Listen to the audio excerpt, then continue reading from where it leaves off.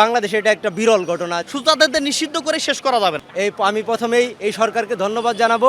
আমরা বাংলাদেশ জাতীয়তাবাদী দল বিএনপি সরকারকে ধন্যবাদ দেই এবং বিরোধী দলকেও ধন্যবাদ দেই যে তারা এই সংসদ সদস্যদের রায়ে বিল পাশ করে তাদের নিষিদ্ধ করেছে। থ্যাঙ্কফুল টু বিএনপি সরকার। এখন আমরা চাই যত দ্রুত সম্ভব এটা করা যায়, কার্যকর করা যায়, তত আমাদের জন্য ভালো। বাংলাদেশে এটা একটা বিরল ঘটনা যে বিরোধী দল এবং সমস্ত এমপিরাই এই বিষয়ে একমত পোষণ করেছে।